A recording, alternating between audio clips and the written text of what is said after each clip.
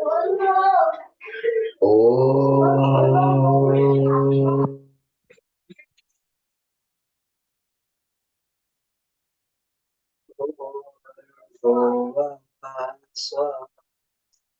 तत्सवितुर्वरेण्यं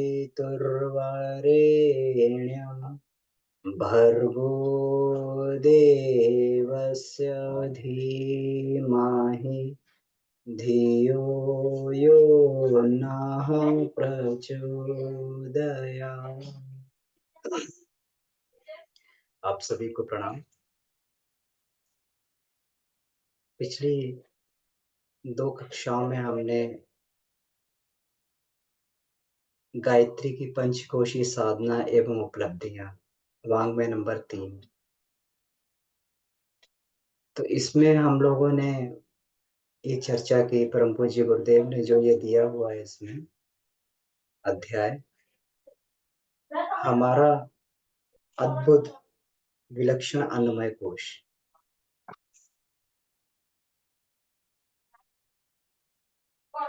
इसमें प्रारंभिक स्तर पर गुरुदेव ने हमारे शरीर में हमारे अंग अवयव कौन से हैं उनके बारे में परिचय दिया।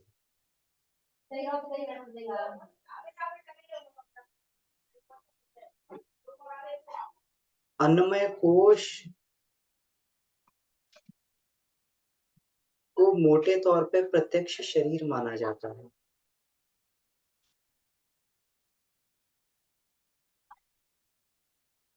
लेकिन प्रत्यक्ष शरीर वास्तव में अन्नमय कोश नहीं है।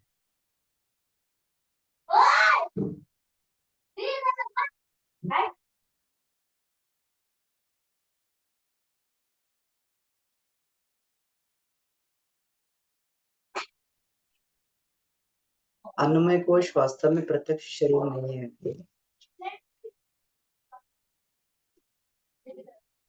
स्थूल शरीर नहीं, ये उसके ऊपर नियंत्रण करने वाला शरीर।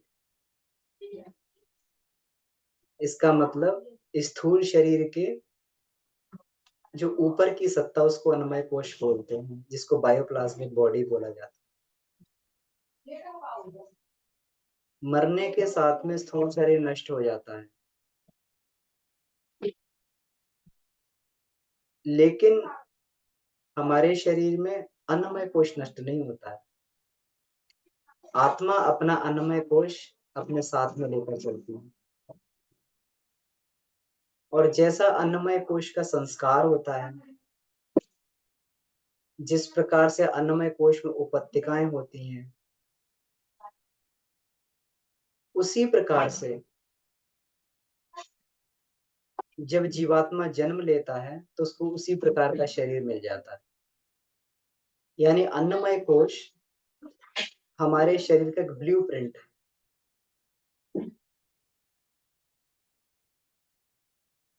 हम लोग जब कभी भी घर बनाते हैं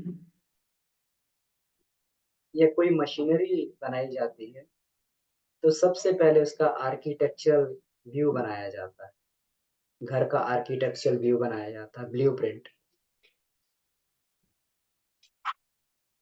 और उस ब्लूप्रिंट में कहीं पर भी कोई गड़बड़ अगर हो जाए तो उसके अनुसार बनने वाले घर में जो गड़बड़ियां होती हैं, तो उसको फिर भौतिक उपायों के द्वारा सुधारना बहुत मुश्किल होता है। आर्किटेक्चर, इसको आर्किटेक्चरल मिस्टेक बोलते हैं, इसको डिजाइन मिस्टेक बोला जाता है। और डिजाइन की गड़बड़ी जो होती है वो सबसे बड़ी गड़बड़ी होती है। अब प्रत्यक्ष रूप से, स्थूल रूप से घर में सुधार किया जाए तो वो नहीं होगा, तब आर्किटेक्चर को, इंजीनियर को बुलाया जाता है। कि घर में ये इसमें गड़बड़ी है, तो आप बताएं, उसके डिजाइन में सुधार किया जाए।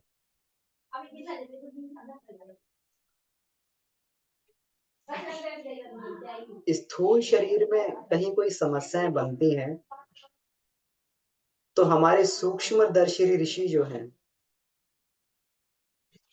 हमारे सूक्ष्मदर्शी ऋषि उसके मूल कारण में जाते हैं और देखते हैं कहीं उसके डिजाइन में कहीं कोई गड़बड़ी तो नहीं है, अन्नमय कोश में कोई गड़बड़ी तो नहीं है। उस अन्नमय कोश को सुधारा जाता है, क्योंकि ये प्रत्यक्ष शरीर की जो स्थूल सत्ता है, ये आत्मा का रथ है।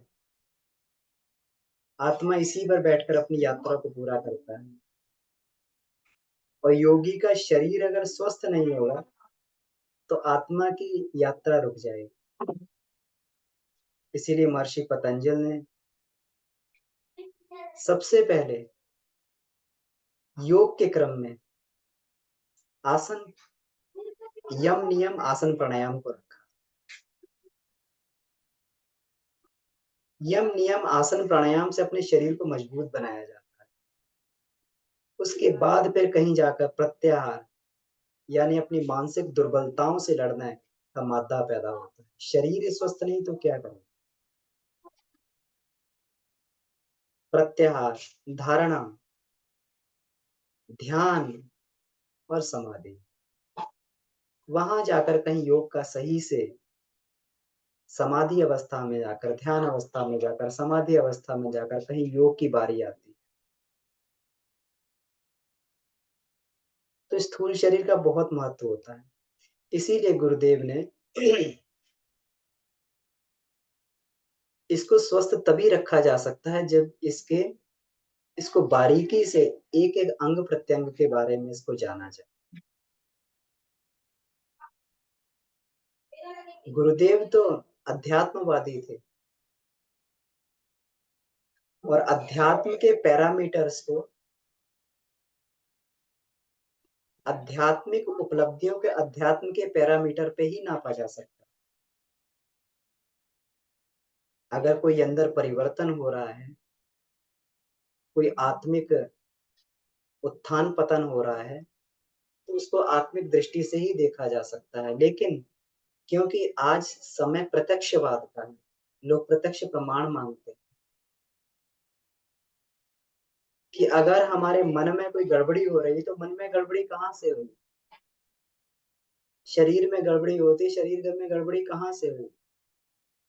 तो उसको जो है फिर हॉर्मोन्स, क्योंकि बहुत कर हमारे शरीर का जो मानसिक और शारीरिक नियंत्रण हार्मोन्स के कंट्रोल में होता है, और हार्मोन्स किसी के कंट्रोल में नहीं होते हैं, किसी मेडिकल विधा के कंट्रोल में नहीं होते। हार्मोन्स को तो हमारा अंतःकरण कंट्रोल करता है, हमारा सबकॉन्शियस माइंड उसको कंट्रोल करता है। जिस प्रकार की प्रवृत्तियां होंगी उसी प्रकार से हार्मोन्स का सीक्रेशन होता है। तो लोग पूछते हैं, तो फिर इसको हार्मोन्स की बात से गुरुदेव ने जोड़ा कि हमारे शरीर में जैसे हार्मोन्स का सीक्रेशन होगा उसी तरीके से हो। और अगर अन्नमय कोश का प्रभाव अगर सही से देखा जा सकता कहीं पे, तो हार्मोन्स को देखा जा सकता कि हार्मोन्स किस प्रकार से शरीर को कंट्रोल कर रहे हैं। जीन्स हमारे शरीर को किस प्रकार से कंट्रोल करते हैं। कहीं पे भी जेनेटिक गड़बड़ी हो जाए, सुधारना बहुत मुश्किल होता है। आज की साइंस को फिर भी थोड़ी थोड़ी सफलता मिल रही है, लेकिन अभी भी बहुत इसमें काम करना बाकी है। जीन्स पे व्यक्ति की व्यवहारिकता निर्भर करती है, उसके गुण दोष प्रभाव, उसका व्यक्तित्व निर्भर करता है। तो यहाँ पर गुरुदेव ने कहा कि अगर अन्नमय कोश का प्रभाव देखना तुम जीन्स में देख सकते, और अन्नमय कोश के अंदर इतनी क्षमता, इतनी शक्ति है कि उसका परिष्कार करने से जीन्स को भी सुधारा जा सकता है। इतना गहन है। गुरुदेव ने अगर प्रत्यक्षवाद से जोड़ना है तो प्रत्यक्षवाद को यहाँ पर देखना चाहिए, कि जहां से हमारी मेडिकल साइंस की लिमिटेशंस आ जाती है, वहां से अध्यात्म की सीमाएँ प्रारंभ होती हैं। यहाँ पर कहीं पे भी कोई भी समस्या नहीं है, केवल हम उसका समाधान कहाँ पर खोज रहे हैं, ये निर्भर करता है। तो परम पूज्य गुरुदेव ने इसको पहले ये कहा कि इसका डिटेल में हम लोग परिचय जानें। तो उसी क्रम में हम लोगों ने पिछली बार चर्चा की थी, हमने हृदय की चर्चा की थी कि हृदय किस बेसिस पे काम करता है। रात-दिन ये पंप करता रहता है। इसमें पैदा होने वाली इलेक्ट्रिसिटी कहाँ से आती है? हम लोगों ने इसके पेसमेकर के बारे में चर्चा की थी। इसके 4 चैम्बर्स के बारे में चर्चा की थी। कैसे इसमें से जो है फेफड़ों में से रक्त शुद्ध होकर यहाँ पर आता है और पूरा डिस्ट्रीब्यूशन होता है। और फिर जो है पुनः अगर ये बासी रक्त आता है तो फेफड़ों में जाके पुनः इसका शोधन होता है। दिन-रात ये काम करते रहते हैं। हार्ट की गारंटी कहते हैं कि हार्ट जो है अगर सही बना रहे तो 200 वर्ष तक हार्ट में कहीं कोई दिक्कत नहीं होती, अगर उसे स्वाभाविक रीति-नीति से काम करने दिया जाए। बहुत सारे लोग 100 से ऊपर पार कर गए, उनके हार्ट बहुत बढ़िया थे, बच्चों की तरीके से उनके हार्ट थे, कहीं कोई दिक्कत गड़बड़ी नहीं हुई।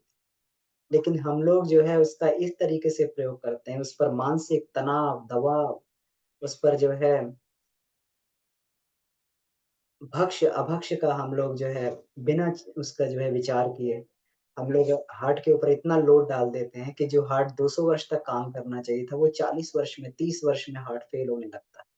हम लोग जान सकते हैं, कुछ तो वातावरण का भी प्रभाव है, लेकिन कुछ हमारी लापरवाही और इसका प्रभाव रहता है। तो साधक को हमेशा सजग रहना चाहिए। कुछ ऐसा तो नहीं कर रहे हैं कि हमारा जो है हम इस पे अननेसेसरी लोड डाल रहे हैं। फेफड़ों के बारे में इसमें बताया था गुरुदेव ने, ये भी अनवरत रूप से फेफड़े काम करते रहते हैं।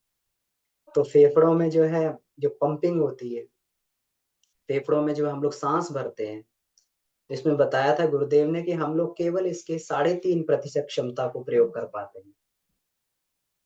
इसकी क्षमता को 3 गुना तक बढ़ाया जा सकता है, यानी ऑक्सीजन के स्तर को हम लोग 12.5%, 13.5% तक हम इसको उपयोग कर सकते हैं, जो केवल 3.5% हम लोग करते हैं, 4.5%। तो इसको जो है लंबी गहरी साँस लें और लंबी गहरी साँस छोड़ें, यानी 3 गुना अधिक शरीर को शक्ति मिलती है और 3 गुना अधिक शरीर की सफाई होती है, तो स्वास्थ्य में भी फिर 3 गुना अधिक सुधार होता है। इसमें गुरुदेव ने फिर किडनी के बारे में बताया कि ये किडनी जो है कितने हानिकारक इसको जो है हमारे इसमें से फ़िल्टर करती रहती है किडनी। जो हमारे शरीर में क्रेटिनाइन होता है, जो सोडियम होता है और यूरिया होता है इत्यादि कैसे भयंकर-भयंकर तत्व होते हैं। अगर ये शरीर में रह जाएँ, तो शरीर जो है कुछ ही समय में बिल्कुल सूझ जाएगा, फूल जाएगा और उससे व्यक्ति की मृत्यु भी देखते ही देखते व्यक्ति की मृत्यु हो जाएगी। लेकिन किडनी जो है हमारे गुर्दे इतने इंटेलिजेंस से काम करते हैं कि उसमें से महत्वपूर्ण चीज़ों को फ़िल्टर नहीं करते हैं। विटामिन्स, शुगर इत्यादि जो भी हार्मोन्स इत्यादि जो भी महत्वपूर्ण चीज़ होती है ब्लड को वापस कर देते हैं। और जो भी हानिकारक विष होता है, उसको उस विष को फ़िल्टर करके शरीर से बाहर निकाल दें। इतना बड़ा हमारा सहोदर कौन हो सकता है? हमारा शरीर हमारा कितना बड़ा मित्र है। हमारे ऑर्गन्स हम कभी भी इसको जो है इसको कभी उस दृष्टि से नहीं सोचते हैं, कभी इनके प्रति संवेदना व्यक्त नहीं करते हैं कि आप लोग इतना काम कर रहे हैं। आप लोग इतना कभी इसको बनाने वाले के प्रति भी हम लोग संवेदना प्रकट नहीं करते हैं कि जिसने भी इसको बनाया है, उसने कितना बढ़िया शरीर हमें दिया है, कितने बढ़िया-बढ़िया ऑर्गन्स इसमें इसका जो है लाखों करोड़ों रुपया खर्च कर दिया जाए तब भी उसका रिप्लेसमेंट नहीं मिलता है। तो कितना बढ़िया ये किडनी का हमारा फेफड़ों का तंत्र ये पूरा काम करता है। हमारे कानों का, आँखों का तंत्र है। इतना बढ़िया संसार में कैमरा नहीं बना जो इतने मेगापिक्सेल्स का कैमरा हो कि छोटी से छोटी चीज़ को बारीकी से देख ले और बड़ी से बड़ी चीज़ को बारीकी से सही साइज़ पे एक्यूरेट साइज़ को निकाल ले। कैमरे में अगर कोई फ़ोटो खींची जाए, तो उसका ना तो उसके रियल कलर्स को जाना जा सकता है, ना उसके जो है कभी रियल आकार को जान सकते हैं। लेकिन आँखें इस तरीके का फ़ोटो खींचती हैं कि उसमें चींटी का चींटी जैसा शरीर और हाथी का हाथी जैसा शरीर दिखाई देता है। ऑटो फोकल लेंथ लगे होते हैं इसमें। अभी भी महँगे से महँगे कैमरे को जो फ़ोकस करना पड़ता है, उनकी फ़ोकस उनको ये करना पड़ता है, ये बनाना पड़ता है, सही रूप से उसका जो है फ़ोटो कैप्चर करने के लिए। लेकिन हमारी आँखें कितना बढ़िया काम करती है, ऑटो फ़ोकल लेंथ इसमें लगे होते हैं। इतना तो कोई बढ़िया कैमरा जो है अभी तक साइंस ने नहीं बनाया। हमारे कानों के फ़िल्टर कितना बढ़िया काम करते हैं तो जो बाहर से आने वाली ध्वनि को इलेक्ट्रिकल सिग्नल्स में कन्वर्ट करके वो दिमाग को भेज देते हैं और दिमाग उनको इंटरप्रेट करके उसको आवाज़ के रूप में बदल देता है कि किसी ने ये कहा है। और इतनी बढ़िया क्षमता है कि जो हमारे लिए कारक ध्वनियाँ होती हैं उसको भी फ़िल्टर आउट कर देते हैं। केवल 20 से 20,000 के बीच की फ्रीक्वेंसी को इतने ही बैंड को हम लोग कहते हैं ना कि ये जो है पहले हुआ करता था, एफएम है ये और ये जो है ये है मीडियम वेव वाला बैंड है। तो इस तरीके से पहले अलग-अलग चैनल्स हुआ करते थे जो रेडियो-वेडियो चलाया करते थे उसमें जो है। तो उसमें जो है गुरु इसमें भगवान ने जो है ईश्वर ने कितना बढ़िया दिया हुआ फ़िल्टर कितने बढ़िया लगा दिए हैं। 100 लोग इसमें बोल रहे हैं तो अपने परिजन की आवाज़ तुरंत बस इसमें जो समझ में आ गया कि हमारा परिजन क्या बोल रहा है। 100 लोगों में। इतना बढ़िया फ़िल्टर जो है क्योंकि जितने बढ़िया साउंड में फ़िल्टर होते हैं उतना ही महँगा हो जाता है। लेकिन कान जैसा फ़िल्टर वाला साउंड नहीं बना अभी तक। कि जो इतनी एक्यूरेसी से अभी डिजिटल सिग्नल प्रोसेसर के माध्यम से डीएसपी के माध्यम से जैसे-जैसे ये डिजिटल होती जा रही हैं चीज़ें, तो उसमें फ़िल्ट्रेशन की उसमें क्षमता बढ़ती जा रही है। लेकिन फिर भी उसमें इतना नहीं होता, उसमें फिर भी जो है एरर रह जाती है उसमें।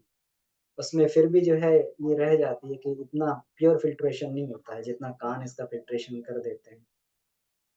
हमारी स्किन जो है एक एक इतना इसमें जो है ये स्किन इस तरीके की बनाई गई है कि मनुष्य अगर बहुत गर्म से गर्म प्रदेश में भी रहता है, 40, 45, 50 डिग्री के क्षेत्र में भी रहता है और अगर वो कहीं वहाँ पर चला जाए, ध्रुवों में चला जाए, नेगेटिव में टेम्परेचर है, तो स्किन के ऊपर का टेम्परेचर तो बदल जाएगा, लेकिन स्किन के अंदर के टेम्परेचर में कोई ज़्यादा 1 आध डिग्री सेंटीग्रेड का हेर-फेर होता है, कोई बहुत ज़्यादा हेर-फेर नहीं होता, बाहर चाहे कितना भी टेम्परेचर बदलता है।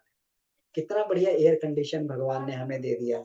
ज़रा-सी गर्मी लगे, पसीना आके पूरा एयर कंडीशन हो जाता है शरीर, एकदम जो शरीर का ताप मिल जाता है, गर्मी मिट जाती है। इसकी रोगी प्रतिरोधक क्षमता देखिए, जितने भी कीटाणु आते हैं, उसको कीटाणुओं को शरीर में से इसमें से एक ऑयल निकलता रहता है त्वचा में से, वो कीटाणु को नष्ट करता रहता है, कीटाणुओं को नहीं घुसने देता अंदर, बाहर से मल को निकालता रहता है। कितना ज़बरदस्त इसमें शरीर में प्रोटेक्शन सिस्टम लगाया है। ज़रा भी स्किन को उघाड़ दिया जाए, तो इतना उसको केयरफुली उसको ऑपरेट करना पड़ता है, जब डॉक्टर लोग इसमें भी डॉक्टर साहब जुड़े हुए हैं। तो डॉक्टर जब ऑपरेट करते हैं किसी को तो थोड़ी भी स्किन को हटाने के बाद में और उसको कितनी उसको सैनिटाइज़ जो चीज़ें होती हैं उसको जो है हाइली सैनिटाइज़ चीज़ों से उसको जो है पूरा अंदर उसको स्पर्श किया जाता है, उसको चीर-फाड़ किया जाता है कि कोई एक छोटा-सा भी उसमें कीटाणु या बैक्टीरिया अंदर ना पहुँच जाए। पूरे हैंड पे पूरा हैंड सैनिटाइज़ेशन से और वो पूरा अपना ऊपर मास्क लगा के सब कि थोड़ा भी थोड़ी-सी स्किन के हटाने से कितनी बड़ी प्रोटेक्शन करनी पड़ती है और जो है ये कितना बढ़िया हमारा जो है ये कितने बढ़िया कपड़े ईश्वर ने दे दिए हैं। इतनी बढ़िया प्रोटेक्शन है, हम लोग पे ये करते रहते हैं। ये पूरा का पूरा शरीर चमत्कारी है। अगर हम इसके बारे में जानते हैं, तो निश्चित ही शरीर के बारे में और शरीर को बनाने वाले के बारे में कितनी हमारी ये बढ़ जाती है, श्रद्धा बढ़ जाती है। ये कोई साधारण यंत्र नहीं है, आत्मा का रथ है। आत्मा बहुत ही एक जो है जिसको कहते हैं ईश्वर का अंश है। ईश्वर ऐसे ही शरीर में नहीं बैठा है, ऐसे इस गाड़ी में नहीं बैठा है। ये गाड़ी भी बहुत अद्भुत बना दी है। लेकिन हम इस गाड़ी का किस लिए प्रयोग किया हम लोग? ये बहुत महत्वपूर्ण बात है। जिस उद्देश्य को लेके ये हमें गाड़ी मिली थी, यंत्र मिला था, क्या उसके लिए किया? या फिर भक्ष्य-अभक्ष्य अपनी वासना पूर्ति, इंद्रियों की इच्छाओं की पूर्ति के लिए और इस सब में अपने अहंकार पूर्ति के लिए, इसको कभी जो है मान, अपमान, क्रोध, काम वासना इत्यादि से हम इसको विगलित करते रहे। ये ध्यान देने वाली बात है। ऐसी अपॉर्च्युनिटी हमें कभी नहीं, कहीं नहीं मिल सकती है। शरीर और भी प्राणियों के हैं, लेकिन मनुष्य जैसा शरीर किसी प्राणी में नहीं। एक मनुष्य ही ऐसा है कि जो गर्म से गर्म प्रदेश से लेके ठंडे से ठंडे ध्रुवों तक के प्रदेश में वहाँ पर वो जो है चला जाता है, उसको कोई फ़र्क नहीं पड़ता, हर जगह मनुष्य सर्वाइवल करता है। नहीं तो एक जगह अगर मौसम बदलता है तो वहाँ की प्रजातियाँ नष्ट होने लगती हैं, दूसरी प्रजातियाँ पैदा होती हैं। लेकिन मनुष्य एक ऐसा है कि वो कहीं पर भी सर्वाइव कर जाता है, ईश्वर की अनुपम कृति है। तो इसलिए गुरुदेव ने अन्नमय कोश में सबसे पहले फिज़िकल बॉडी का परिचय दिया। तो आज हमारे सामने हमारे साथ में डॉक्टर केडी जोशी जी, आदरणीय डॉक्टर कमला जोशी जी हैं। इनका जो है मेडिकल साइंस में इनकी बहुत अधिक वो रही है, पराकाष्ठा तक ये लोग गए हैं मेडिकल साइंस में भी। एमबीबीएस किया और ये लोग बहुत सीनियर हैं। और एमबीबीएस के साथ में अध्यात्म में भी गुरुदेव के प्रति अगाध श्रद्धा रही। और गुरुदेव की उसी रीति-नीति को ये लोग आगे बढ़ाते रहे। जैसे गुरुदेव ने अध्यात्म और विज्ञान का समन्वय करके लोगों को हमेशा समझाते रहे। तो ये डॉक्टर साहब और आदरणीय जो डॉक्टर कमला जोशी जी हैं, तो ये पूरा इसी उद्देश्य को पूरा करने के लिए काम करते रहे। तो हम लोग का सौभाग्य है कि ऐसी विभूतियाँ हमारे साथ में जुड़ी हुई हैं। तो उनसे प्रार्थना है कि इसमें क्योंकि ये हमारा एक्सपर्टीज़ नहीं है। गुरुदेव के स्वाध्याय के अनुसार जितना भी हम लोग इसमें जानते थे, वो आपस में चर्चा कर लें। इसमें और भी क्या पक्ष हैं, जिससे हम लोग अपने अन्नमय कोश को और अधिक बढ़िया बना सकते हैं। इसमें और भी वैज्ञानिक पक्षों से किस प्रकार से हम इसको बेहतर तरीके से समझ सकते हैं।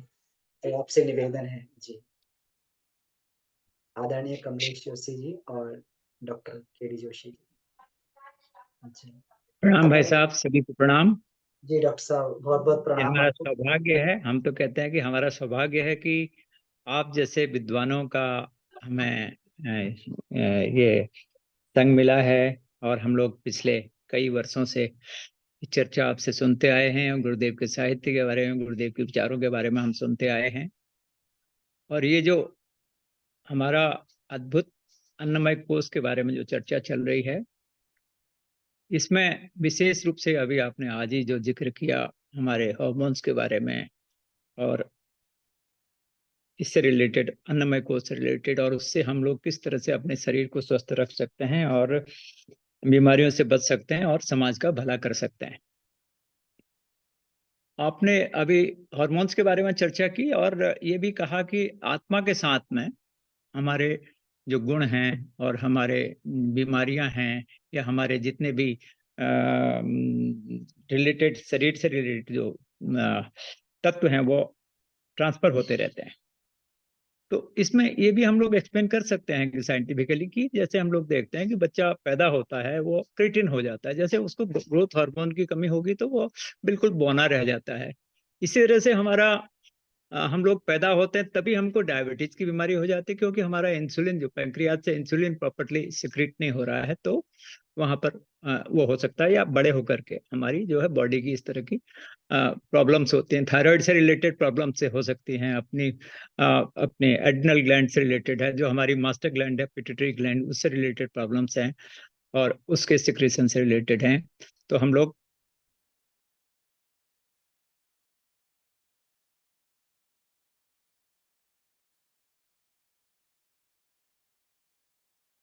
बहुत ही सुंदर व्याख्या गुरुदेव ने की है, कराई है, और आपने बहुत अच्छी तरह से इसमें एक्सप्लेन कर दिया है सभी हार्ट के बारे में और लंग्स के बारे में और किडनीज और ऑर्गन्स के बारे में।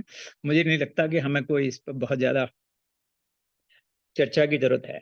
बट एक चीज अवश्य है कि पिछले 50 साल के हमारे एक्सपीरियंस में, खासतौर पर हमारी मैडम डॉक्टर कमलेश जोशी ने जब अपने प्रैक्टिस आज से लगभग 45 साल पहले शुरू की थी, इन्होंने देखा कि हमारे जो समाज में ये पैसा कमाना और हॉस्पिटल बनाना और क्लिनिक्स को एस्टेब्लिश करना और 1 से 2, 2 से 4 बढ़ाना, इसकी जरूरत है क्या?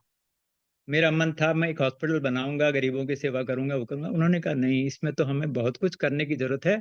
एक बहुत ग्राउंड लेवल पर काम करने की जरूरत है। समाज में बुराइयों का कारण क्या है उसके बारे में जानने की जरूरत है। हमारे परिवारों में जो तमाम किस्म की समस्याएं पैदा हो रही हैं, घर परिवार उजड़ रहे हैं, लोग पी खा करके, शराब पी करके, स्मोक करके अपने बच्चों का स्वास्थ्य बिगाड़ रहे हैं, अपना स्वास्थ्य बिगाड़ रहे हैं। हमें इसके लिए कुछ कर सकने की जरूरत है, करें। तो हमने बहुत हजारों, मतलब सैकड़ों की संख्या में, हजारों की संख्या में विद्यालयों में प्रोग्राम्स किए और सामाजिक स्थानों पर प्रोग्राम्स किए। तो गुरुदेव ने कराए हैं, और मैं समझता नहीं कि हमें बहुत कुछ और भी हम कर सकते थे, लेकिन परिस्थितियां अपने समय पर ऐसी आती रहती है। लेकिन हमारा मानना है कि हम जो पढ़ने लिखने का काम है और समाज को बताने का काम है, ये मैडम ने, हमारी डॉक्टर कमलेश जी ने बहुत ही प्रयास किया है। मैं मानता हूँ कि जितना इन्होंने अध्ययन किया है, जितना इन्होंने अपनी तरफ से अपने आप ही कुछ समाज को देने का और करने का प्रयास किया है, वो शायद ही कोई इस तरह इतना कार्यक्रम कर सकती हो। मैडम को हमारे डॉक्टर पांड्या जी ने ही नारी शक्ति जागरण की लिए और सामाजिक जो कार्यक्रम इन्होंने किए हैं उसके लिए आज से लगभग 20 वर्ष पूर्व सम्मानित किया था।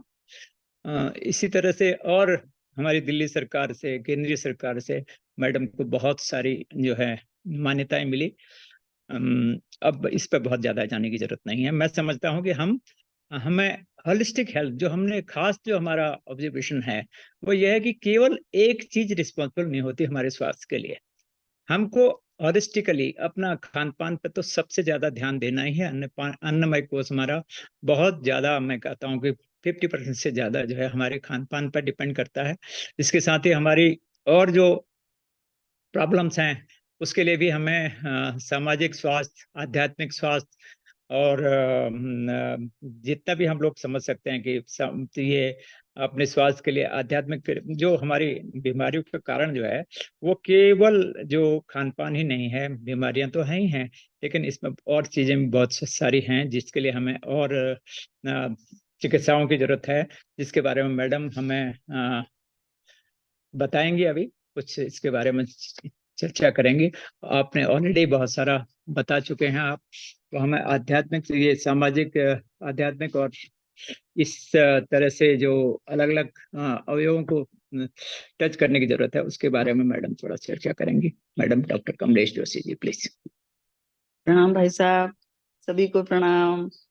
जी और जी बाकी जो भी है ये सब गुरुदेव की कृपा है कि उन्होंने हमें चुना है, कुछ कर पा रहे हैं, इतना सुंदर जीवन दिया है और उनके इंस्ट्रूमेंट बने, बस यही इच्छा थी। इसलिए मतलब ये निरंतर, ये तो उनकी कृपा से ही होता है।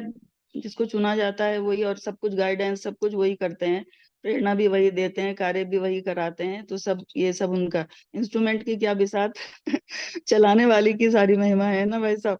तो उसके लिए ये इस पर रिसर्च जो चल रही थी, तो उसके बाद में हमने, आप देखिए 60 इयर्स के बाद में देव संस्कृति विश्वविद्यालय से हम लोगों ने जाके फिर पढ़ाई करी। मतलब अभी भी चली रही है पढ़ाई, कई उसमें 8-10 विषय पढ़ाए थे जाते हैं समग्र स्वास्थ्य में।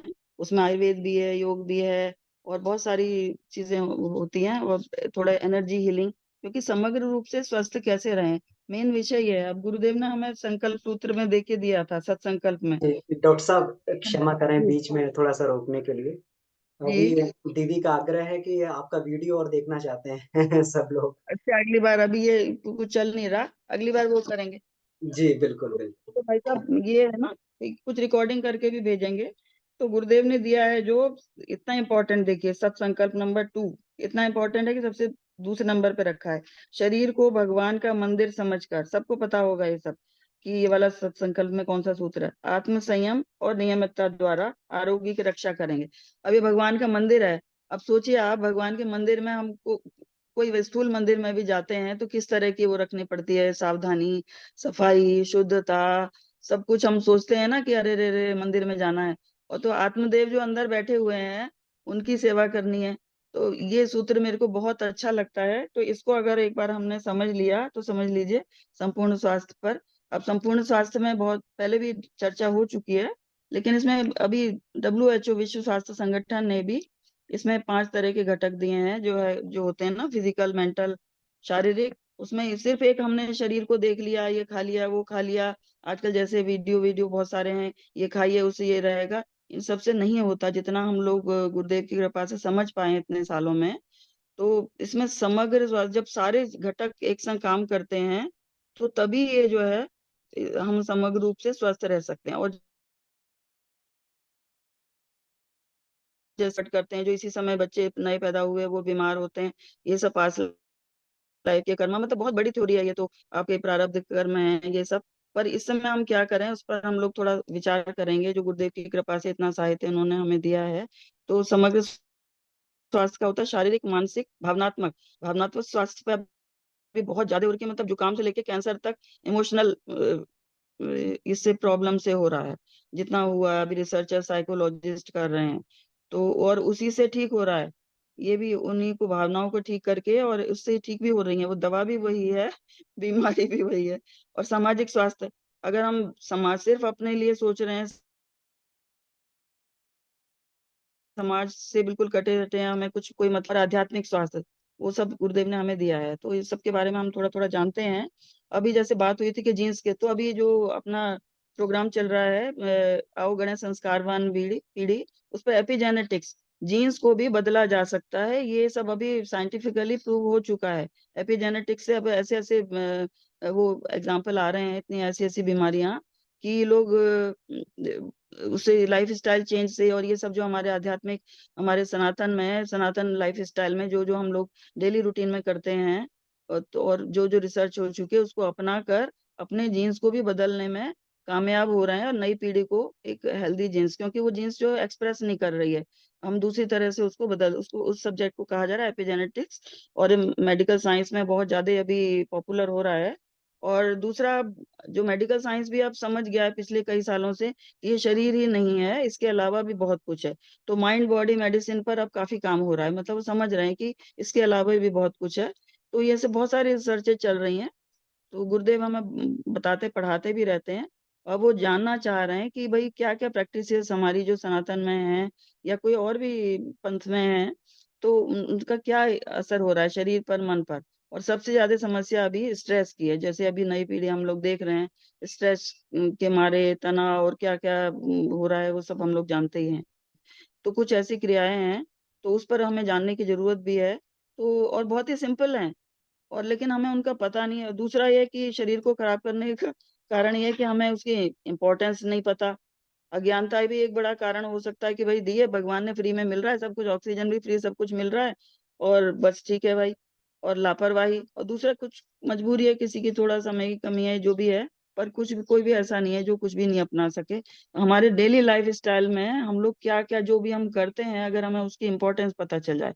और गुरुदेव की आजकल हम लोग एक पुस्तक पढ़ रहे हैं, कर्म कांड क्यों और कैसे। उसमें उन्होंने भावनात्मक पक्ष दिया हुआ है, और हमको कहा है कि आप इसका आप आध्यात्मिक और ये जो स्थूल वाला पक्ष भी देखो। चाहे उसमें हम तिलक लगाते हैं, चाहे हम उसमें प्राणायाम, मतलब कुछ भी करते हैं, जो भी क्रियाएं करते हैं, उसका क्या है वो। क्योंकि अभी ये जैसे आपने बताया कि अभी लोग प्रमाण चाहते हैं, और उसको जब तब उनका विश्वास बैठेगा, बात भी सही है। तो उस पर हम सबको, चाहे सभी लोग, हम लोग जो भी हैं, जिनको जो कुछ पता है, वो सब हम लोग आपस में शेयर करें। जो हमारी एंशियंट प्रैक्टिसेस होती थी बहुत ही अच्छी थी। किसी समय हम ये जो कर्म कांड वाली जो क्रियाएं, उस पर भी कुछ करवाएंगे गुरुदेव। पर अभी मेन मेन हमारा ये है कि कुछ ऐसी जनरल चीजें जो हम रोज रूटीन में हम लोग करते हैं। तो और कुछ और रिसर्च की बात पता चली, जैसे कि विष्णु सहस्त्र नाम पर बड़ी सारी रिसर्चेस हुई हैं, बहुत सारे मेडिकल कॉलेजेस में हो रही हैं, कि इसकी चैंटिंग से जो है क्या क्या फर्क पड़ रहा है। और ये हर रिसर्च इतनी बड़ी है कि अभी बस हम शॉर्ट में ही उस पर क्या रिजल्ट आया वो पता करेंगे। तो उसमें ग्रुप बना दिए गए मेडिकल कॉलेजेस में, इनके पीजी स्टूडेंट्स के। तो जो बहुत हमेशा एंजाइटी में रहते थे, बीपी जिनका हाई हुए रहता था, और तमाम तरह की प्रॉब्लम रहती थी, नींद नहीं आती थी, तो विष्णु सहस्त्र नाम का कैसे इफेक्ट होता है वो तो बहुत लंबा विषय है। तो ये इसके चैंटिंग से, क्योंकि एक एक शब्द जो है वो सबकॉन्शियस में जाके काम करता है। मान लीजिए हमने बोला आप ये औषधि, उनको औषधि भी बताया हुआ है, सुषेण भी बताया। तो अगर हम उसको भाव पूर्वक, गुरुदेव के सारे स्ट्रेस जो है जितनी भी पुस्तकों पर है, खासकर कर्मकांड की भावना पूर्वक, एक तो नॉलेज जरूरी है कि ये क्रिया कर रहे हैं तो इसका क्या असर हो रहा है। रूटीन में तो मैकेनिकली कर लेते हैं, भाई टीका लगा लिया, आरती कर ली, ये चैंट कर लिया। हर चीज को आप पहले समझिए, फिर उसमें भाव डाल के अगर करेंगे, क्योंकि अब ये सब पता चल गया है कि एवरीथिंग इज वाइब्रेशन और एनर्जी। बस अगर हमने इन दोनों को समझ लिया, ठीक कर लिया, तो बहुत कुछ ठीक हो जाएगा। हम कोई भी क्रिया कर रहे हैं दिन भर में, उसमें हम भाव डालें और उसको समझ के करें, तो उसका इम्पैक्ट बहुत ही अच्छा होता है। तो अब जैसे अभी पिछली बार हमने डिस्कस किया था कि विठल क्रिया, उसको विठल विठल विठल। अब ये जो यहाँ पे बेंगलुरु में है, national institute of mental health and neuro sciences के, इसके बहुत सारी शाखाएं, कॉग्निटिव फंक्शंस पर ये लोग काम कर रहे हैं, जो हमारी रोज की हैं। कोई भी हम बोलते हैं या कोई मंत्र चैंट करते हैं या कोई क्रिया करते हैं सनातन में, तो उन सब पर एक एक करके रिसर्च हो रही। तो विट्ठल क्रिया के बारे में पिछली बार हमने जाना था कि पंढरपुर में जो यात्रा चलती है वो उसमें 250 किलोमीटर से ज्यादा होती है। तो बच्चे बूढ़े जवान सारे लोग जो है बड़े आराम से वहां पे कीर्तन करते हुए जा रहे हैं। तो लोगों ने देखा कि ये तो, इनको तो ना तो सांस फूल रही है, ना कोई प्रॉब्लम हो रही है किसी को, ना कुछ, क्या बात है। फिर उन्होंने देखा कि उस पर रिसर्च हुई, कुछ लोगों को ये सब चैंटिंग कराई गई, उनके सारे इंस्ट्रूमेंट सिर पर लगा के, मतलब अलग अलग सब्जेक्ट पर, कि कहाँ पर क्या फर्क पड़ता है। तो ये पता चला कि हृदय पे पिछली बार जो हमने पढ़ा था, वो उस सेंटर पर, जो एनर्जी सेंटर है, उस पर जाके वो काम करता है। वैसे अब विट्ठल क्रिया के बहुत सारे यूजेस आ गए हैं कि कौन कौन सी बीमारी में। तो 9 मिनट तक अगर हम लगातार विट्ठल विट्ठल आप करके भी देखेंगे, तो ऊपर के हिस्से में वहीं पर आपको स्ट्राइक करेगा, और अलग अलग तरीके से किया जा रहा है अलग अलग बीमारियों। क्योंकि अभी मेडिकल साइंस का भी फोकस इस पर है कि कम से कम दवाइयां खा के ज्यादा से ज्यादा हम डेली रूटीन में कुछ भी करके और पूरा लाभ पाएं। क्योंकि दवाइयां क्या करेंगी, अगर स्ट्रेस भी है तो वो थोड़ा दिमाग को आर्टिफिशियली शांत कर देंगी, वो आपके दिमाग को सुला सकती हैं पर शांति वाली नींद नहीं दे सकती।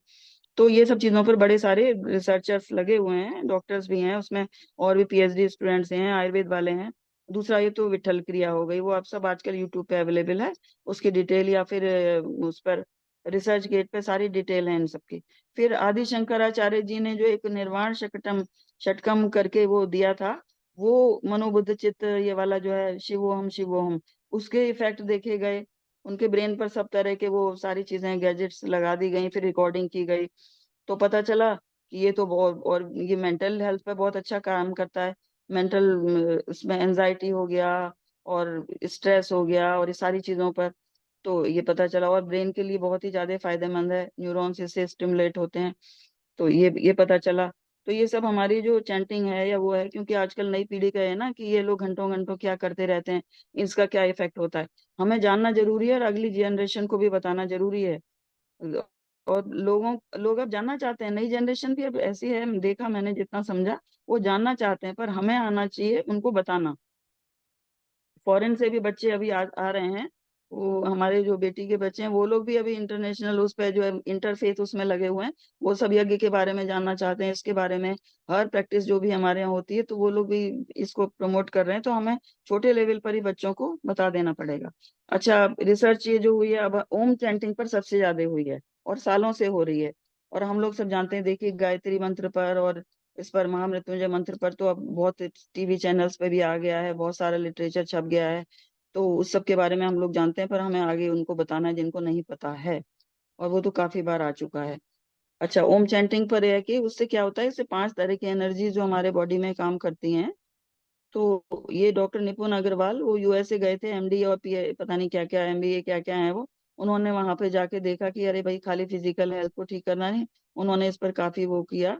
तो पंच तत्व जो बैलेंस को तो करता ही है, 5 तरह की एनर्जी जो हमारी बॉडी में प्रोड्यूस होती हैं, मतलब जिनसे हमारा शरीर इकट्ठे, जैसे मैकेनिकल, केमिकल और बहुत तरह की मैग्नेटिक एनर्जी, उन सबको ये बैलेंस कर, और सबसे ज्यादा फायदेमंद अभी पता चला ओम चैंटिंग है।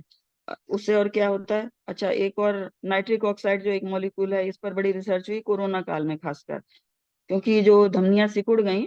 नाइट्रिक ऑक्साइड जो एक मॉलिक्यूल होता है जो कि नेचुरली वैसे तो बॉडी में प्रोड्यूस होता है, लेकिन जो है धीरे धीरे वो कम भी होता जाता है, और जिस समय ये क्या करता है, रक्त वाहिका और स्वास्थ्य जो नलियों को खोलता है।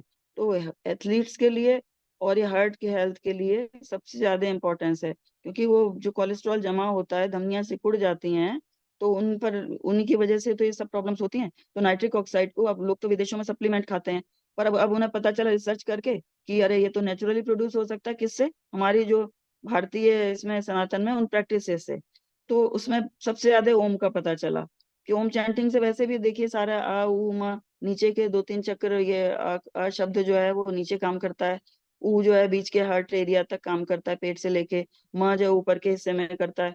तो काफी बार ये कोरोना काल में लोगों को बताया कि ये चैंटिंग करो। और एक अभी समय की कमी है, अगली बार बताएंगे, नहीं तो एक हमारी वो पेशेंट है जिनके, वो ऐसे ही वहां पे एडमिट हुई थी जहाँ ऑक्सीजन खत्म हो गई थी, ये ओम चैंटिंग ने इतने 15-20 लोगों की जान बचाई।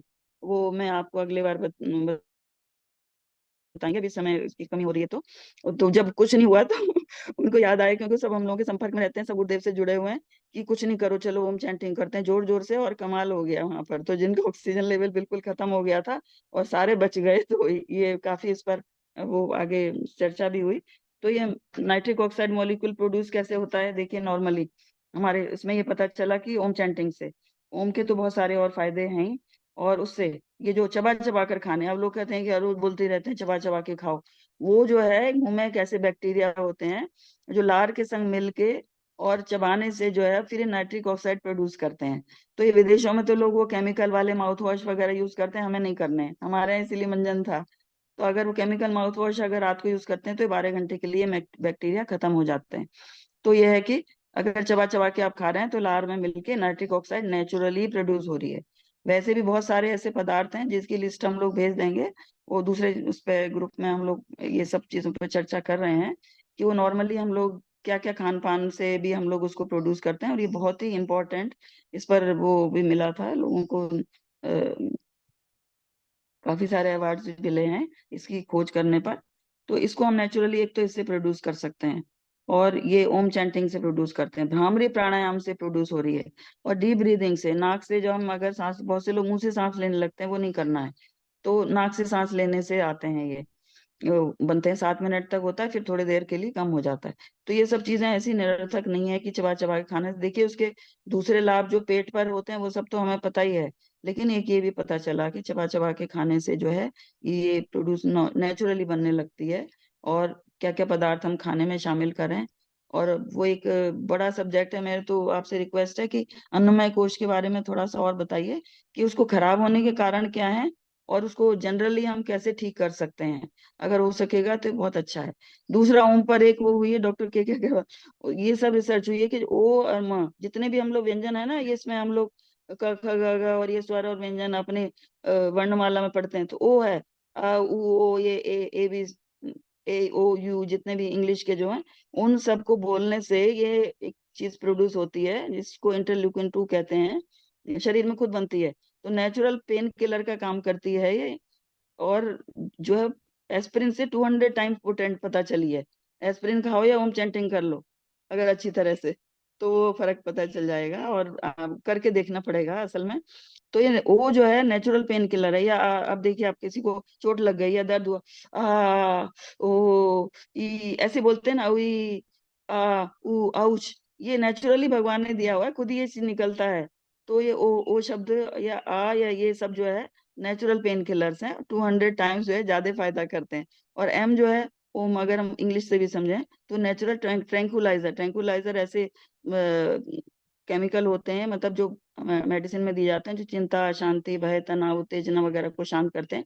तो नेचुरली हम लोग ट्रैंकुलाइजर प्रोड्यूस कर सकते हैं ओम चैंटिंग। गुरुदेव ने इसलिए बहुत ज्यादा जोर दिया, कोई कुछ भी ज्यादा ना कर सके तो ये ओम का जरूर उच्चारण करे और सही ढंग से समझ के करे, तो बहुत ज्यादा इसका फायदा मिलेगा। तो ओम चैंटिंग हो गया, और डीप ब्रीदिंग हो गई। ये आजकल मेडिकल साइंस जो है, साइकोलॉजिस्ट जो है डीप ब्रीदिंग कराते हैं, जिसको एब्डोमिनल ब्रीदिंग कहते हैं। लेट के जो है गहरी लंबी सांस पूरे उधर तक, पेट तक पूरी हवा भरनी है और धीरे धीरे छोड़नी है। उससे क्या होता है कि कोई भी हम अगर क्रिया करते हैं प्राणायाम की, तो अगर जितने तक सांस लेते हैं उससे दुगने टाइम में छोड़ते हैं, तो बॉडी अल्कलाइन होने लगती है, और एसिडिक बॉडी में ही बहुत सारी बीमारियां बन जाती हैं, चाहे वो तमाम तरह की शारीरिक हो चाहे। तो ये इसका एक ये बड़ा फायदा है। ओम जब बोलते हैं तो आपने देखा ही होगा, लंबा छोड़ते हैं हम लोग सांस को, तो ये पता चल गया कि अरे तो ओम चैंटिंग तो इधर भी फायदेमंद है, मतलब अगणित फायदे हैं, अभी समय की कमी है। तो ये सब चीजें हो गई। और निर्वाण शक्तम पर थोड़ा सा आप लोग पढ़ लीजिएगा, और विठल क्रिया हो गई, और ये सब चीजें हो गई। और देखिए काउ कडलिंग, जो हमारी प्रैक्टिस होती थी गाय को गले लगाना, उस पर विदेशों में पागल हुए जा रहे हैं। अब वो यहाँ की गाय ले जा रहे हैं, छोटी वाली जो हमारी एक पुंगानूर करके गाय हैं, जो बहुत ही 1-1.5 फीट की भी होती हैं। अब उन्होंने कुत्ते पालना बंद कर दिया, लेकिन हमारे यहाँ कुत्ते ज्यादा पाल रहे हैं, गायों को छोड़ दिया है, सीधी बात है। तो इस पर गाय को गले लगाने से उसमें कितने $100 या पता नहीं कितने $1000 देने पड़ते हैं उनको, कि उससे पता चला है कि स्ट्रेस, एंजाइटी और ये सारी चीजें कम हो रही हैं, और स्ट्रेस रिलीव हो रहा है, बीपी ठीक हो जा रहा है। तो हमारे यहाँ तो पहली प्रैक्टिस थी गौशाला में जाने की, गल कंबल सहलाओ, पीठ सहलाओ, ये सारी चीजें। और पंचगव्य चिकित्सा पर इतना सारा काम हो रहा है कि विदेशों में हमारे यहाँ पंचगव्य चिकित्सक हैं, उनको बुला रहे हैं। और एक हमारे को यहाँ डॉक्टर मिले थे जो उन्होंने बताया था आंसर फॉर कैंसर, एक बुक भी लिखी है, हम लोग उस शायद हमने शेयर भी किया या फिर से कर देंगे। तो ये पता चला उनको लोग बुला रहे हैं विदेशों में कि आप हमारे यहाँ सेंटर बनाइए, यहाँ के लोगों को कैंसर ठीक करिए। तो इतनी सारी हमारी जो चीजें हैं, जो भी प्रैक्टिसेस हैं एंशिएंट, उस पर ढूंढने की जरूरत है और उसको समझने की जरूरत है और समझ समझ के काम करने की जरूरत है। तो ऐसे बहुत सारे रिसर्च वर्क्स हैं जो हम कर सकते हैं और लोगों को धीरे धीरे बता। अच्छा, मुद्रा विज्ञान इतना इफेक्टिव है, देखिए मुद्रा विज्ञान से जो है इतना इजी है, जो मृत संजीवनी मुद्रा, कुछ 4-5 मुद्राएं हैं जो सबको आनी चाहिए रूटीन में। जैसे प्राण मुद्रा है, अभी इस समय जो वसंत ऋतु में लेवल बहुत कम हो जाता है, एनर्जी लेवल कम हो जाता है और वीकनेस फील होती है, बल्कि फास्ट वाले दिन तो, और ये प्राण मुद्रा हो गई, गुरुदेव ने हमें दिया है वो प्राणाकर्षण प्राणायाम। ये तो लेटे लेटे भी कर सकता है, कहीं भी कर सकता है आदमी। ये हो गया, ऐसी बहुत सारी चीजें, प्राण मुद्रा। और पंच तत्व मुद्रा, मुकुल मुद्रा होती, कुछ भी नहीं, बहुत इजी काम है। 5 उंगली अंगूठों को एक संग आप रख लीजिए और अंगूठे को 4 उंगलियों से टच कर लीजिए, मुकुल मुद्रा हो गई। ये डाइजेशन के लिए, बहुत तमाम पंच तत्वों को ठीक करने के लिए। तो ऐसी बहुत ही सिंपल सिंपल चीजें हैं, लेकिन पता नहीं होने की वजह से हम लोग इसको करते भी हैं तो हमें फेथ नहीं है। ठीक है, रूटीन में कर रहे हैं भैया, हो गया खाना पूरी। तो चाहे आरती करना है, चाहे टीका लगाना है, उस पर भी बड़ा लंबा है। चंदन पर हम लोग पढ़ रहे हैं कि पीनियल पिट्यूटरी ग्लैंड एक्टिव होती है। जो मंत्र है, मंत्र के संग आप पूरी भावना डालिए, और मस्तिष्कम शांतम भूयात, अनुचित आवेश मा भूयात, और एफर्मेशन डालिए। पीनियल पिट्यूटरी ग्लैंड होती है, जितने ब्रेन में न्यूरो हैं, 2 तरह के गुरुदेव ने बताया ना, एक तो हॉर्मोन्स हैं, वो सब इन ग्लैंड से निकलते हैं, और लेकिन जो है न्यूरोट्रांसमीटर्स हैं वो ब्रेन से निकलते हैं। और वो 900 से ज्यादा तरह के न्यूरोट्रांसमीटर्स हैं जो सारे हमारे ये सब सिस्टम को बहुत सारा चलाते हैं, जैसे जिनमें एंडोर्फिन्स और ये सारी चीजें हैं ना, सीरोटोनिन, एंडोर्फिन्स, ये तरह तरह के। अब उस भाषा में उसको केमिकल कह सकते हैं, न्यूरोट्रांसमीटर कहते हैं। पर गुरुदेव ने जो स्त्राव है ये ब्रेन से निकलता है। तो ये ऊपर के हिस्से को, ऊपर वाले माले को तो ठीक रखना बहुत ही ज्यादा जरूरी है। उसके लिए जितनी प्रैक्टिस है, चंदन है, अब 2 तरह के चंदन, कई तरह के बताएं, उसमें अलग अलग रंग का टीका लगाने के अलग अलग प्रभाव पता चले हैं। और जो मलयागिरी चंदन है, वैसे ही जनरल उसके लिए सफेद रंग चंदन है। अगर आप उसको घिसते हैं, खुद घिस के लगाते हैं, जो हमारे यहाँ प्रैक्टिस थी, तो अब तो आईआईटी ने इसको प्रूव किया है कि छोटे बच्चे, एक हम छोटे से स्कूल में गए थे, वहाँ छोटे छोटे ये जो नर्सरी केजी के बच्चे हैं, छोटे छोटे चकले रखे हुए थे और चंदन के छोटी छोटी स्टिक रखे, उनको चंदन घिसवा रहे थे। हमने कहा ये क्यों? कि आईआईटी ने प्रूव किया है कि चंदन घिसने से दोनों हाथों से ब्रेन एक्टिवेट होता है वो चल रहा है। और सफेद चंदन को खुद घिस के अगर आप लगाते हैं, मतलब समय तो करिए, पर वो बहुत ही अच्छी। तो ये जो ब्रेन को, जिनको बहुत ही ऊपर के हिस्से में हीट रहती है या गर्मी बहुत ज्यादा रहती है, पित्त ज्यादा बढ़ा रहता है, अनिद्रा है और अति विचार चलते हैं, उस सब के लिए बहुत अच्छी चीज होती है, नींद के लिए, सारी चीज के लिए। और रक्त चंदन जो है, लाल रंग की जो भी हम लोग लगाते हैं टीका, तो वो सब जो है उसके लिए होता है, वो एनर्जी सेंटर। और ये भी पता चला कि लाल टीका जो हम लगाते हैं, रोली, अब रोली की भी समस्या की सब केमिकल वाली मिल रही है। तो आप जो है कृपा करके केमिकल वाली रोली के बदले आप नेचुरल रोली लाइए, घर में बनाइए, बहुत इजीली हल्दी और चूने से बन जाती है। तो अगर हम केमिकल पोतेंगे तो उसका कुछ फायदा नहीं मिलेगा। तो उससे पीनियल पिट्यूटरी ग्लैंड और ये न्यूरोट्रांसमीटर एक्टिव होते हैं, और भी बहुत सारा विज्ञान है इसके पीछे। तो इसका भी हमें, जब भी हम तिलक लगाएं तो हम इस भावना डालें उसमें, तो ये सब ठीक हो रहा है। तो उस सब का जब हम इम्पैक्ट उसके संग करेंगे तो बहुत ज्यादा अच्छे रिजल्ट्स आएंगे। तो अब बच्चे पूछ लेंगे कि इसको लगाने से क्या होता है। दूसरा ये पता चला है कि लाल रंग के जो भी चंदन या वो हम लोग टीका लगाते हैं, वो जो है नेगेटिव एनर्जी को रिपेल करती है, मतलब वापस भेज देती है। ऊर्जा चक्र तो हमारा सक्रिय होता ही है, और नेगेटिव एनर्जी को वापस भेजती है वो। तो इसलिए जो महिलाएं जो हैं बड़ी बड़ी लाल रंग की बिंदी लगाती थी नेचुरल चीजों की, अब तो ये वेलवेट की बिंदी चल गई जो हमारा आज्ञा चक्र को बिल्कुल ही बंद कर दे रही है। उस आज्ञा चक्र के नीचे एक तो हंस चक्र होता है, हंसा चक्र जो निर्शील विवेकारी, और एक ऊपर मेमोरी चक्र होता है। तो हमें इन सब की केयर करनी है बहुत ज्यादा। ये जो इसको बंद बंद करके, क्योंकि ये चक्र हैं बिल्कुल एग्जॉस्ट फैन की तरह काम करते हैं, जो बैड एनर्जी, यूज्ड एनर्जी को निकाल के बाहर फेंक देते हैं। गुरुदेव उसमें बताते हैं ना, शक्ति भंवर और ये, और अच्छी एनर्जी को लाते हैं अंदर। तो जब हम इनको ब्लॉक ही कर देंगे तो फिर वैसे भी क्या, कैसे क्या काम होगा।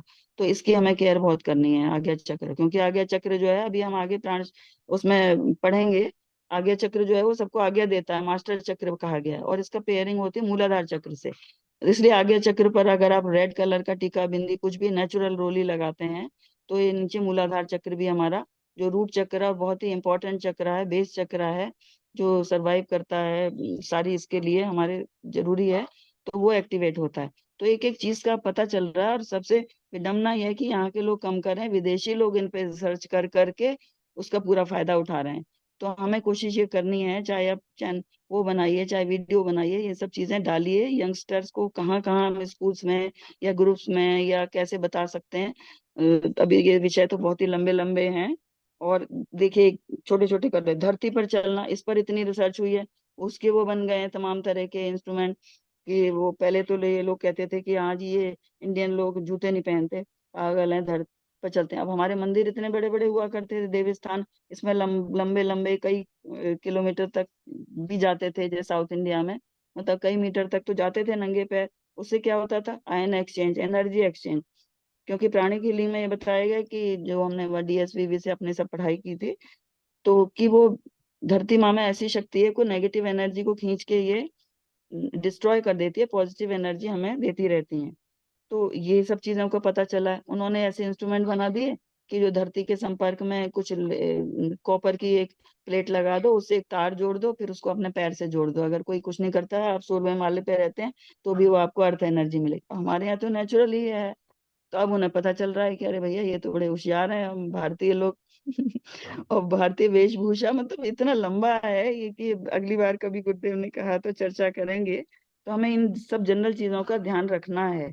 और अभी समय हो गया होगा, अच्छा फिर सिंपैथेटिक पैरासिम्पैथेटिक सिस्टम शायद अगली बार आएगा, इड़ा पिंगला सुषुम्ना पर क्या इफेक्ट होता है और पैरासिम्पैथेटिक सिस्टम को हम कैसे रख सकते हैं ठीक। तो तमाम चीजें हैं, तो हम लोग इस पर खुद भी ढूंढेंगे और लोगों को सब इकट्ठे करके लोगों को बताएंगे। अभी शायद समय हो गया होगा। और सुपर ब्रेन योगा, अब पुराने लोग टीचर जो है वो देते थे, सजा दे देते थे, कान पकड़ कर उठक बैठक। अब उस पर रिसर्च हुई है, उसका नाम रख दिया सुपर ब्रेन योगा। और कान उमेटते थे बच्चों के, तो कान में ऐसे पॉइंट्स होते हैं कि जो ब्रेन को एक्टिवेट करते हैं। सुपर ब्रेन योगा, उसका सांस लेते समय नीचे बैठना है और सांस छोड़ते समय ऊपर। यह बच्चों को विदेशों में सिखाया गया है और यहाँ पर भी अब आ गया है वो सुपर ब्रेन योगा नाम से। तो उठक बैठक टीचर जो करते थे, तो अपने बच्चों को भी थोड़ा सुपर ब्रेन योगा सिखा दीजिए, इससे दोनों तरह के ब्रेन अच्छे होते हैं। इसके भी वीडियो हैं। ये सब करना पड़ेगा। तो अभी समय हो गया होगा, अगली बार फिर अगर गुरुदेव कहेंगे तो फिर हम थोड़ा सा और कर लेंगे इस पर चर्चा। तो सबको प्रणाम, धन्यवाद, बहुत अच्छा। जी डॉक्टर साहब बहुत बहुत धन्यवाद। समय हमारे पास बहुत लिमिटेड था, लेकिन आपने इतना ही इतने इतने गहन और गूढ़ विषयों को इतने छोटे से में बताया, तो इच्छा तो बहुत है आपसे सुनने की। तो नेक्स्ट सेशन में भी जो है बहुत सारी चीजें आपने बहुत इसमें सार संक्षेप में बताई हैं, तो हम लोग हाँ चाहेंगे कि डिटेल में इसकी चर्चा। अब इसमें एक चीज और है कि हमारे साधक इसमें जुड़े हुए हैं, क्योंकि समय तो हो गया, लेकिन फिर भी हम लोग चाहते हैं कि जो भी साधक जुड़े हैं, कोई उनका प्रश्न बनता हो इस सेशन में तो जरूर पूछें। जी, कोई भी साधक जो कोई भी प्रश्न पूछना चाहते हो इसमें, तो अपने आप को अनम्यूट करके पूछ सकते हैं। जी, और इसमें आदरणीय राव साहब भी जुड़े हैं, प्रदीप राव जी। तो इनसे जीवन में हमने बहुत कुछ सीखा है, बहुत उच्च कोटि के साधक हैं ये। तो मेरा निवेदन है, समय की बाध्यता है, लेकिन फिर भी मेरा निवेदन है कि ज़रूर कुछ समय के लिए ही ज़रूर जो है हमें सार संक्षेप में ही कुछ दिशा निर्देश या मार्गदर्शन ज़रूर करें। क्योंकि हमने बहुत सीखा है इनसे अपने जीवन में जो है, और अभी भी बहुत सीखते हैं। जी, आदरणीय राव साहब।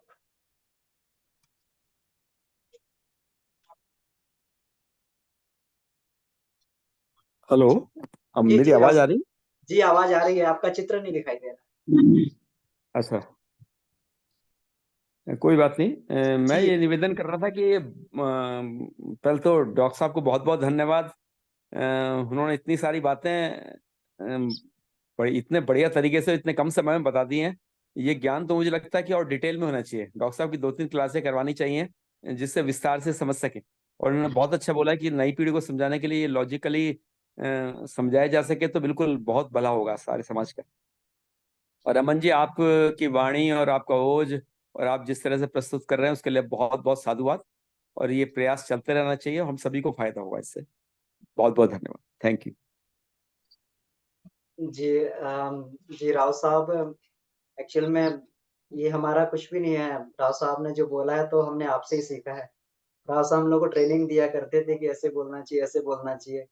तो हमें लगता था कि हमें बुलवाया ना जाए, हमसे कुछ भी करवा लिया जाए।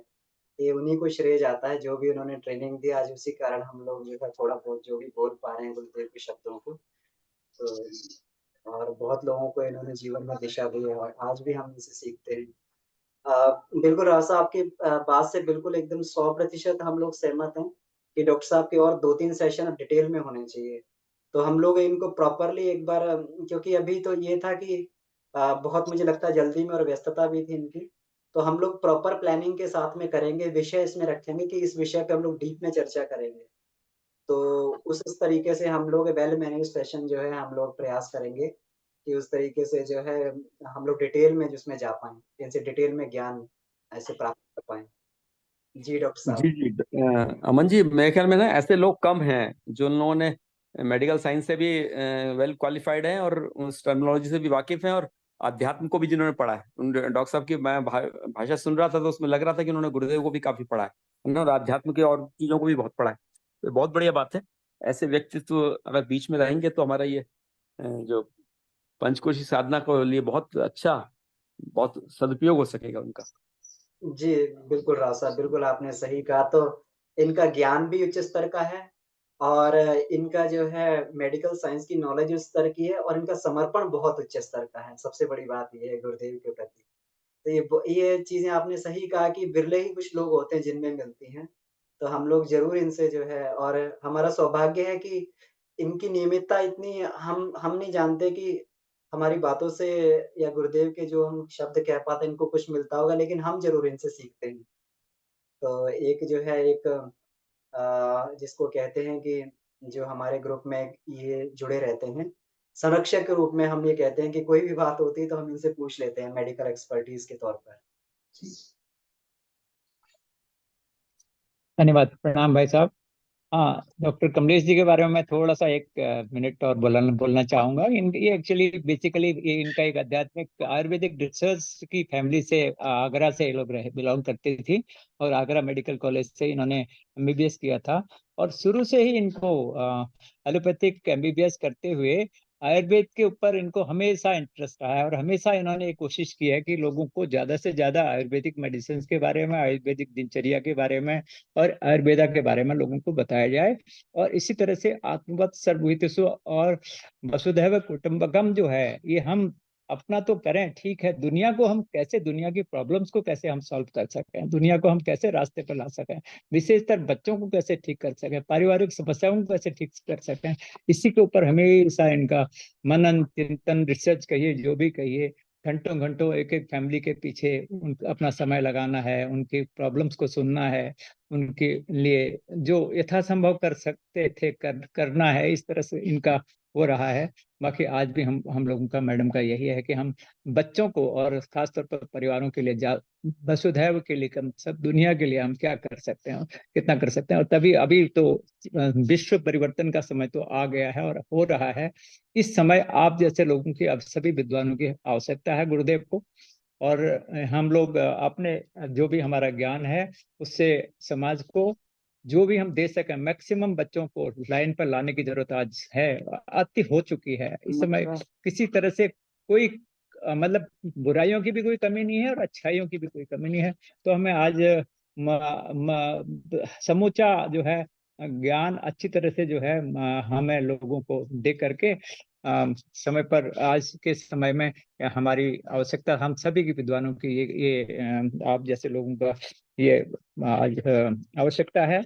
हम लोग ज्यादा से ज्यादा लोगों को इन कार्यक्रमों, इस तरह के कार्यक्रमों को बढ़ाएं और आगे करते हैं। हम लोग रिसर्च किस तरह से हम कर सकेंगे, हम लोग इस तरह का कोई संस्थान और कोई आयुर्वेदिक रिसर्च मतलब अपने रिसर्च सेंटर्स टाइप के कुछ बनाने का हम क्योंकि शांति कुंज में या और जगह जो भी हमारे बड़े बड़े हमारे गुरुदेव ने जो हमें आज स्थान दिए हुए हैं, वहां पर मुझे लगता नहीं कि हम बहुत सारा कुछ कर पाएंगे अपने आप पर। हमें कुछ अपने आप ही अपना रास्ता पकड़ करके, गुरुदेव कहते हैं ना, एकला चलो रे, एकला चलो रे की उसको अपना करके ही हम आगे चल पाएंगे। और हम सब, हमारा जो ग्रुप है, आप जैसे लोग हैं विद्वान, हमारे राव साहब अभी आपने बताया, हम मिल करके क्या कैसा कौन सा रास्ता अपनाएं, किस तरह से हम चलें कि हम वसुधैव कुटुंबकम और आत्मवत सर्वहेतु सर्वभूतेषु वाले गुरुदेव के चिंतन को, मनन को, वो जो चाहते थे वो हम उस रास्ते पर हम चल सकें। यही सबसे प्रार्थना हमारी है, ये अभिलाषा हमारी है। आगे चल करके हम आगे डिस्कस करेंगे इस पर। इस बीच में थोड़ा सा हम जरूर व्यस्त रहे, बट आगे चल करके हम जो अभी हम लोग मथुरा का प्लान बना रहे हैं। गुरुदेव चाहते हैं कि हम लोगों को बुलावा वहां से आया हुआ है, हम सोच रहे हैं कि वहां रह करके शायद कुछ समय हम रह करके मथुरा में हमारा प्लान है। अभी अप्रैल 15 के आसपास हम जाना चाह रहे हैं। तो अभी देखते हैं आगे क्या गुरुदेव कराना चाहते हैं, क्या चाहते हैं। और आप सबका आशीर्वाद, आप सबका सहयोग से, और हम इस पर आगे चल करके क्या रूपरेखा आगे बनेगी ये गुरुदेव जाने। आप सबका आशीर्वाद हमें अपेक्षित है। धन्यवाद, बहुत बहुत प्रणाम। जी डॉक्टर साहब, बहुत बहुत धन्यवाद आपका। तो हम सभी आपके मार्गदर्शन में आपसे प्रेरणा लेके हम लोग आगे बढ़ते रहेंगे, आपसे लाभान्वित भी होते रहेंगे। तो आशा है कि और भी आपसे हम सीखते रहेंगे और भी कक्षाएं हमें मिलती रहेंगी। तो समय काफी हो गया है। आज के सेशन के लिए बहुत बहुत आपका आभार, बहुत बहुत धन्यवाद। सार में ही सही, लेकिन बहुत कुछ चीजें हमें जो है मैंने नोट भी की हैं, उसमें 8-10 पॉइंट मैंने नोट किए हैं। तो ये बहुत ही लाभकारी पॉइंट है। तो ठीक है, इसके लिए बहुत बहुत धन्यवाद, हार्दिक आभार। और परम पूज्य गुरुदेव वंदनीय माता जी को हार्दिक आभार करते हुए आदरणीय राव साहब और सभी वरिष्ठ परिजनों को हार्दिक आभार इसमें देते हुए, आइए आज के सेशन को यहीं पर हम लोग समाप्त करते हैं। शांति पाठ। ओम